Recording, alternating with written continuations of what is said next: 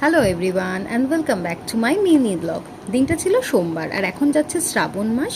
শ্রাবণ মাস মানেই হচ্ছে শিব ঠাকুরের পুজো, যদিও আমি বছরের প্রতিটা দিনই শিব ঠাকুরের পুজো করে থাকি, কিন্তু শ্রাবণ মাসে আমি 2 দিন ফাস্টিংয়ে থাকি। এটা ছিল ফার্স্ট সোমবার আর আমি ওই দিন ছিলাম ফাস্টিংয়ে। তাই সকাল সকাল স্নান সেরে আমার বাড়ির গাছের পদ্ম, নাকচাপা, জবা, অপরাজিতা, জুঁই, বেল যা রকম ফুল পেয়েছি সব রকম ফুল বাড়ির ছাদ বাগান থেকে তুলে নিয়ে আমি বাড়ির ঠাকুরের পুজো করে নিলাম। ঠাকুরের মাথায় জল দিয়ে ঠাকুরকে একটু ফল মিষ্টি দিয়ে প্রণাম করে এখন আমি আর কাকিমা যাব বাড়ির সামনে একটা মন্দিরে।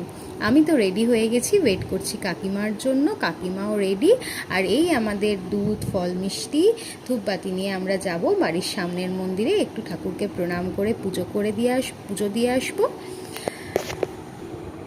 আমরা মন্দিরে এসে গেছি, এসে দেখছি বেশ ভালো ভিড়, প্রায় 12টা বাজতে যাচ্ছে। ঠাকুরকে তো ভোগ দেওয়ার সময় হয়ে গেছে, তাহলে এত ভিড় তো সময় লাগবে তাহলে পুজো দিতে।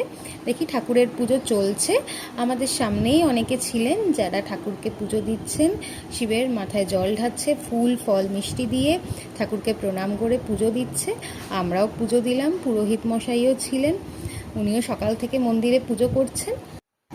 আর মন্দির থেকে বাড়ি ফিরতেই ঝমঝমিয়ে বৃষ্টি, যেটা বর্ষাকালের খুব ন্যাচারাল।